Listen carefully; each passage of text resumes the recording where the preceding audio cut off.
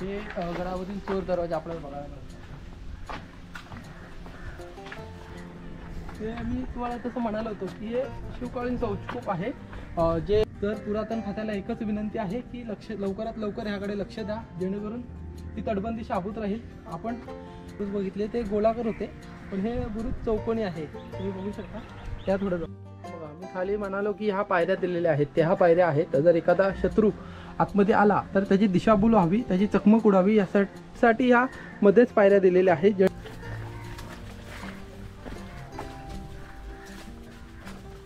आपण त्या वाटेने उतरलो होतो आणि आपण मगाशी तुम्हाला ही वाट दाखवली होती खाली उतरणाऱ्या पायऱ्या. आपण त्या वाटेने आपण परत आता किल्ल्याच्या तटबंदीवरती जाणार आहोत आणि आपली जी प्रदक्षिणा चालू आहे ती पूर्ण करणार आहोत. इथे जो इंग्रजांनी केलेला मारा होता तोफेचा तो अजूनही दिसतोय. प्रत्येक ठिकाणी हा मारा आहे.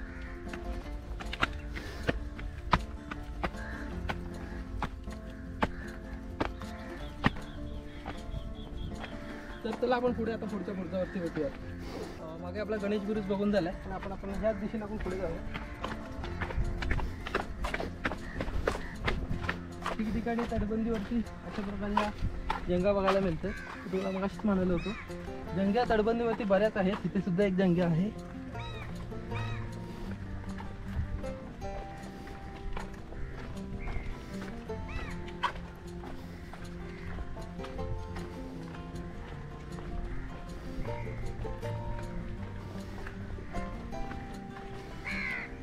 हे सुद्धा भक्तवंत बुरुज आहे.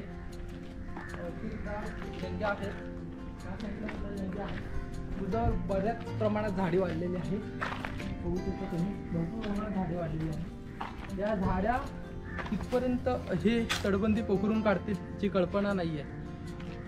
तर पुरातन खात्याला एकच विनंती आहे की लवकरात लवकर ह्याकडे लक्ष द्या, जेणेकरून ती तटबंदी शाबूत राहील. आपण आपल्या परीने जेवढं व्हिडिओच्या माध्यमातून जनजागृती करता येईल तेवढं करूयात. तुम्हाला सुद्धा असं काही दिसलं तर नक्कीच ह्याच्या विरुद्ध आवाज उठवा आणि सरकारापर्यंत आपला आवाज एक दिवस नक्कीच पोचेल.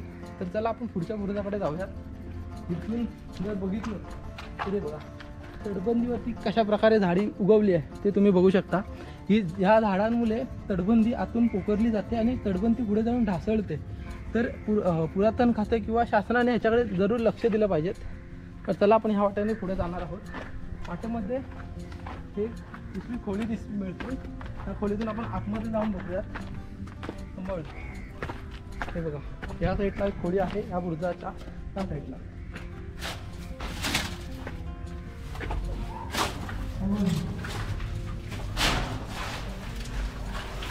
प्रशस्त्र अशी मोठी खोली आहे आणि इथे मोठी जंगे सुद्धा दिलेली आहेत. गडावरील हालचाली आहेत त्याच्यावरती लक्ष ठेवण्यासाठी ही जंग्या दिलेल्या आहेत. कदाचित सैनिकांसाठी आराम करण्यासाठी ही खोली असावी. बघू शकता तुम्ही. चला आपण पुढं बघा, इथे सुद्धा कोबड्या दिल्या आहेत. म्हणजे इथे हा अशा कोबड्या लावून हा दरवाजा पॅक होत असेल. तर बघा इथे कोबडी आहे, इथे एक आहे, इथे सुद्धा खाली सुद्धा आहेत. तर चला या माझ्या मागे.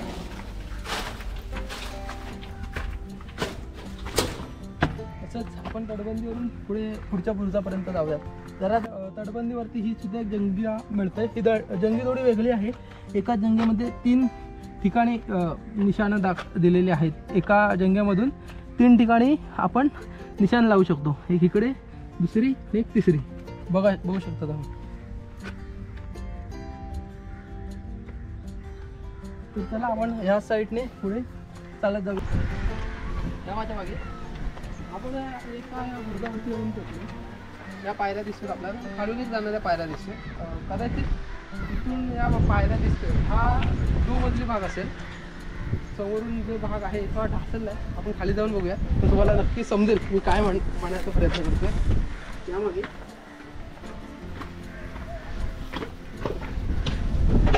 व्यवस्थित निरीक्षण केलं तर जेवढ्या तिथून बाहेरच्या परिसरावर लक्ष ठेवलं जाते. आणि हे जे लाकडी ओढका अडकवण्यासाठी जागा दिसते, कोपऱ्या दिसते, प्रत्येक ठिकाणी खोपले आहेत. त्यासाठी लाकडी ओढका अडकवला जात असेल. आणि हा भाग पॅक केला जात असेल आणि खाली सैनिकांना आरामासाठी किंवा वापरण्यासाठी जागा असेल. आणि मी हा जो दिसतोय आपल्याला, हा भाग मी जो मगाशी म्हणत होतो, हा भाग पूर्ण पॅक असेल. तो वरून येणार जाणारी वाट असेल. खाली सैनिकांसाठी आरामासाठी किंवा इथून लक्ष ठेवण्यासाठी जागा असेल. म्हणजे माझा म्हणण्याचा अर्थ आहे की भाग हा दुमजली असेल असं मला. सुद्धा छोटी खोली आहे आणि ह्या साईडला जो लाकडी अडचण उभा करून भाग होता. आणि मी तुम्हाला मगाशी म्हणालो होतो ज्या पायऱ्या जात आहेत त्या अशा प्रकारे तिकडून सुद्धा पायऱ्या आहेत, तिकडून सुद्धा पायऱ्या आहेत. अशा प्रकारे जाऊन वरून तटबंदीवरून राऊंड मारण्यासाठी जागा होती आणि खाली सैनिकांसाठी आराम करण्यासाठी इथे खाली एक दुमजली भाग होता. तर आपण पुढे जाऊयात. म्हणालो होतो वरून पायऱ्या होत्या, ह्या सुद्धा पायऱ्या आहेत अशा प्रकारे. तिथून पूर्ण पॅक होता पण कालांतराने आता ते ढासळलंय. तर चला हे बुरुज आपलं बघून झालंय. आता पुढच्या बुरुजाकडे जाऊयात आपण. प्रत्येक ठिकाणी या अशा प्रकारे जंग्या दिलेल्या आहेत. जर एखादा शत्रू इकडून येत असेल तर ह्या जंग्या कामासाठी उपयोगी येतात. त्याच्यावरून आक्रमण करू शकतो आपण.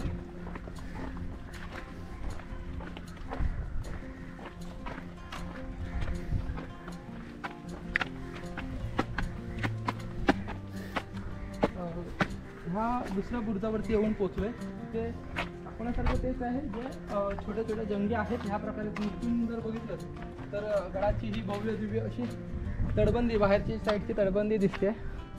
आणि या छोट्या छोट्या जंग्या प्रत्येक ठिकाणी त्या दिलेल्याच आहेत. ह्या मोठी जंगी आहेत. तिथून जर एखादा शत्रू येत असेल तर त्याच्यावरती लक्ष ठेवता येत असेल. इथे पहारेकरी उभे असावेत आणि ते लक्ष ठेवत असतील किंवा आक्रमण सुद्धा करू शकतात. इकडे एक आहे, इकडे एक आहे. बाकी असं दाखवण्यासारखं नाही आहे ह्या बुरुजावरती काही. आपण पुढे जाऊयात आता.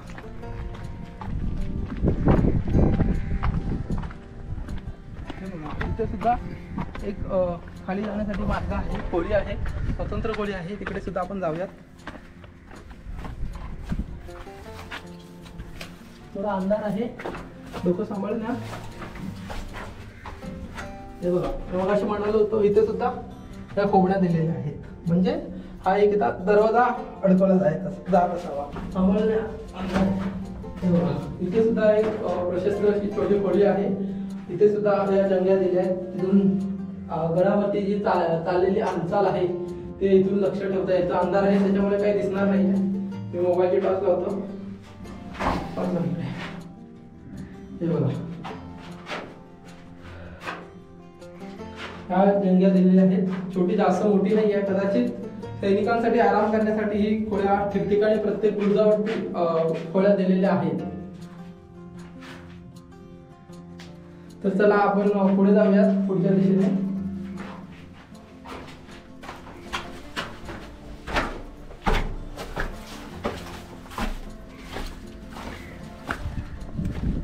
आपला हा बुरुज सुद्धा बघून झालाय. आपण आता त्या पुढच्या बुरुजाच्या दिशेने जाणार आहोत. तत्पूर्वी या दिशेने जाताना आपल्याला एक शौचकूप लागतो, ते सुद्धा आपण बघणार आहोत. या माझ्या मागे हे तुम्हाला या साईडला दिसतंय ते आहे शिव मंदिर आणि त्या साईडला दिसतं ते इथले दर्गा आहे. तिकडे आपण नंतर जाणार आहोत. आता ते इथे जाऊया.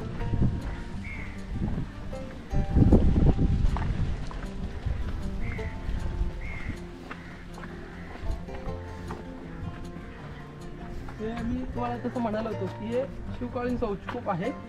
जे तटबंदीवरती पहारेकरी सैनिक जे तटबंदीवरती उभे असतात त्यांच्यासाठी आपत्कालीन हे शौचकूप बांधलेलं आहे. आता खाली वस्ती आहे पण त्यावेळेस इथे काही वस्ती नसावी अशा प्रकारे इथे हे शौचकूप आहे. आतमध्ये येऊन बघितलं, थोडं आतमध्ये येऊन बघितलं तर इथे या छोट्या, हे बघा इथे छोटे छोटे खोबणे आहेत. दोन साईडला दोन. त्या प्रकारे इथे दरवाजा बंद केला जात असावा आणि इथे शौचकूप आहे. हे बघा मागे जा.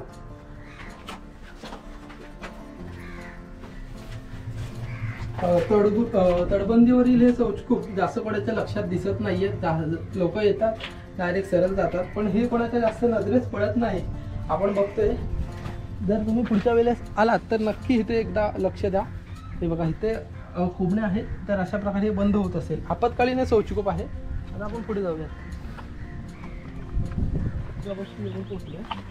आणि ह्या बुरुजाची वैशिष्ट्य असं वेगळं पण असं आहे की बाकीचे जे आपण एवढा आतापर्यंत बुरुज बघितले ते गोलाकार होते, पण हे बुरुज चौकोनी आहे. तुम्ही बघू शकता त्या थोडं जवळ, हे बघा चौकोनी आकाराचा बुरुज आहे. आणि बाकीचे जे आपण बुरुज बघितले ते गोलाकार बुरुज होते. बाकी हे अर्नाळा वरील ही गावकऱ्यांची वस्ती आहे. आणि इथे सुद्धा एक बुरुजाच्या इथे आतमध्ये एक खोली आहे. तर त्याला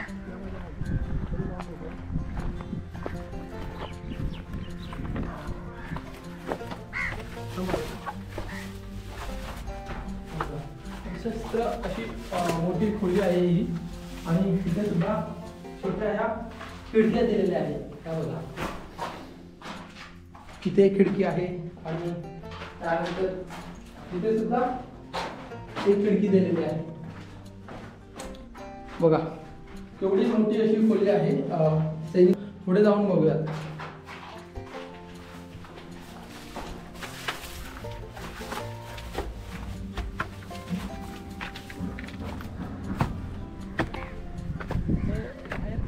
चौकोनी आकाराचं हे कोण आहे, हे वेगळं पण आहे बुरुजाचं. हे एकच बुरुज आहे ते चौकोनी आकाराचं आहे. बाकीचे आपण जेवढे बुरुज बघितले ते गोलाकार बुरुज होते. आपण आता पुढच्या बुरुजाकडे जाऊया.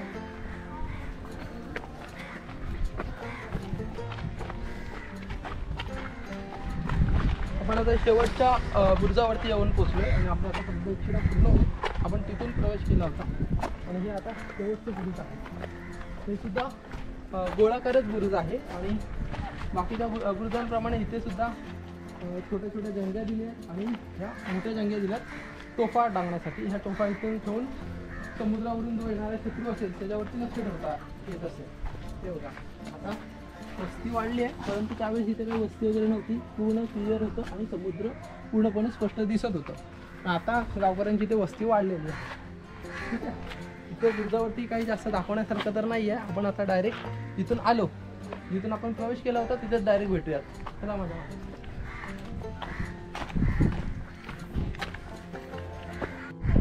आपण या वाटेने आलो होतो. आणि आपण जिथून व्हिडिओ सुरू केली होती ते हे गडाचं मुख्य प्रवेशद्वार. आणि जे वरती आपलं जरीपटका फडकतोय, भगवा ध्वज फडकतोय. आपली प्रदक्षिणा पूर्ण झाली आणि आपण आता गडावरती जाणार आहोत. तर चला जाऊयात. मुख्य प्रवेशद्वारापाशी जो आपण घुमट बघितला होता तो ही घुमटाची वरची बाजू आहे. आणि हा आपला पवित्र भगवा ध्वज फडकतोय. तर चला आपण ह्या वाटेने आता खाली उतरूयात. जिथून आपण चढलो ह्या पायरीने आपण वरती चढलो होतो.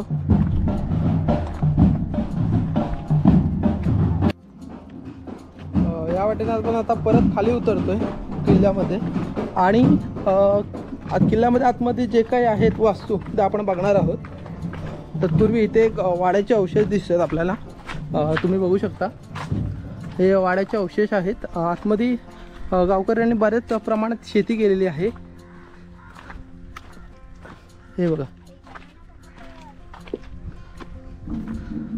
गावकऱ्यांची शेती आहे बऱ्याच प्रमाणात. हे वाड्याचे अवशेष आहेत. समोर काही भिंती सुद्धा दिसते. हे बघा इथे सुद्धा आहेत. तर चला आपण मुख्य जो मंदिर आहे त्या मंदिराकडे जाऊयात.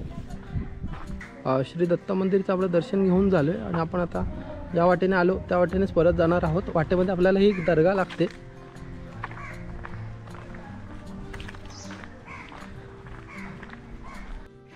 हा साईडला दर्गा आहे, त्याच्यामध्ये श्री दत्त मंदिर आपण बघून घेतलं.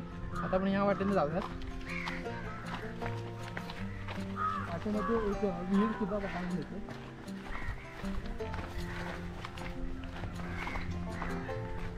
एक विहीर आहे, एक विहीर आहे. आता आपण त्या साईडने जाऊया. तिकडे एक चोर दरवाजा आहे, तो आपण बघूयात जाऊ.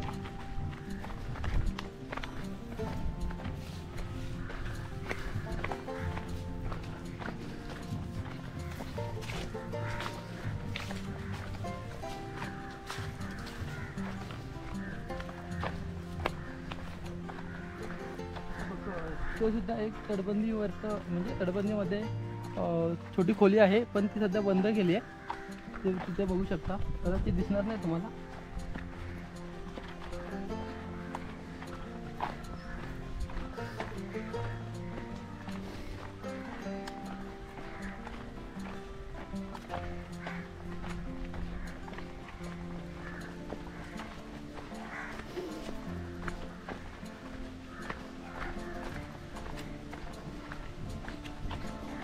ही एक सुद्धा छोटी इमारत आहे, छोटी वास्तू आहे गडावरील.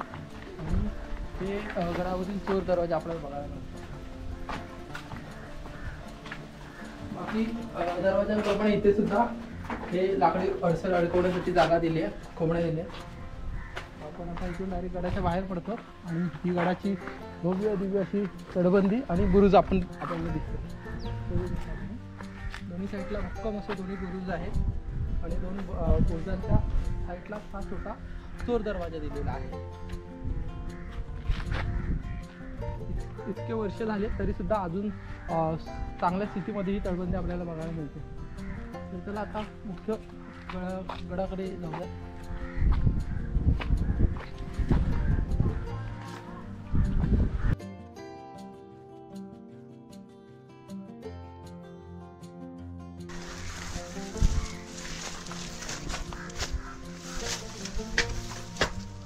हे बघा, इथे थोड्या अर्ध्यापर्यंतच पायऱ्या दिलेल्या आहेत.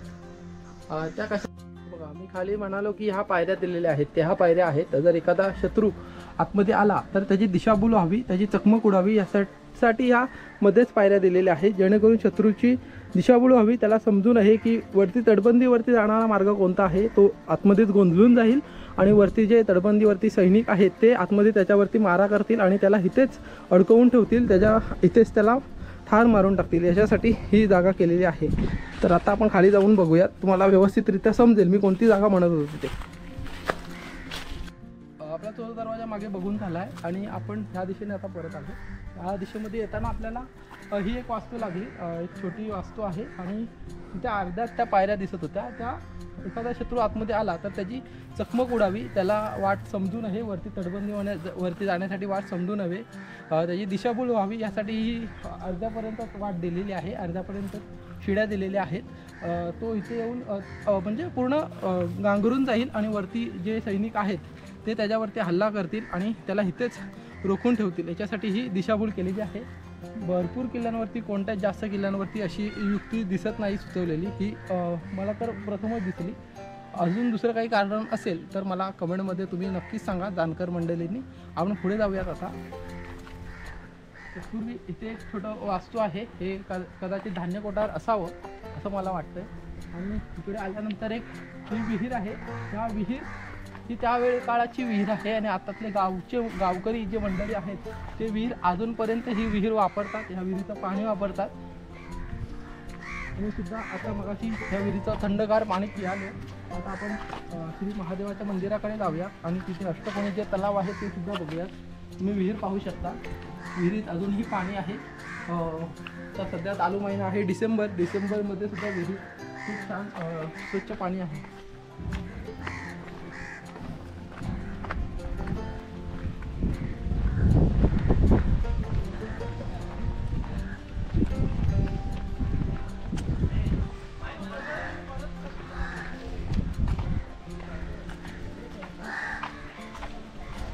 श्री महादेवाचं मंदिर आहे. तसंच ते बाजूला अष्टकोनी तलाव आपल्याला बघायला दिसलं. ज्यावेळेस हे तलावाचं पाणी कमी झालं होतं, तलाव स्वच्छ केलं होतं, त्यावेळेस त्या श्री गणेशाच्या मूर्ती सापडल्या होत्या.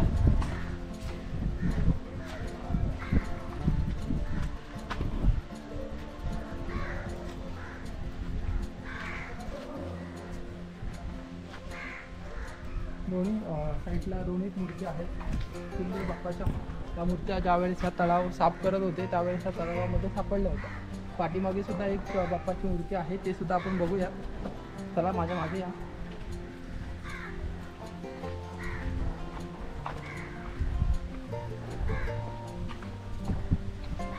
आणि तिथे जाण्यापूर्वी इथे सुद्धा एक खोली दिली आहे आणि इथे आता नित्यानंद महाराजांची एक समाधी स्थापन केलेली आहे. आतमध्ये जाण्याचा मार्ग बंद आहे. आपण आधी ती बाप्पाची जाऊन मूर्ती बघूया. दोन मूर्त्या तर सगळेजण बघतात, पण ही मूर्ती कोणाची जास्त लक्षात येत नाहीये.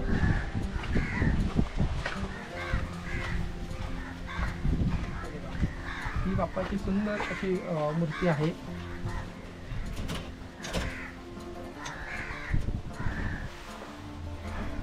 गणपती बाप्पा मोरया. तर तत्पूर्वी हे अष्टकोनी तलाव आहे. तलावामध्ये बरेच कासवं आपल्याला बघायला मिळतात आणि तसे ते छोट्या छोट्या दिवे ठेवण्यासाठी जागा आहे. पण आता पाणी जास्त झालं तलावामध्ये. तिकडून तलावामध्ये जाण्यासाठी वाट आहे. या इकडे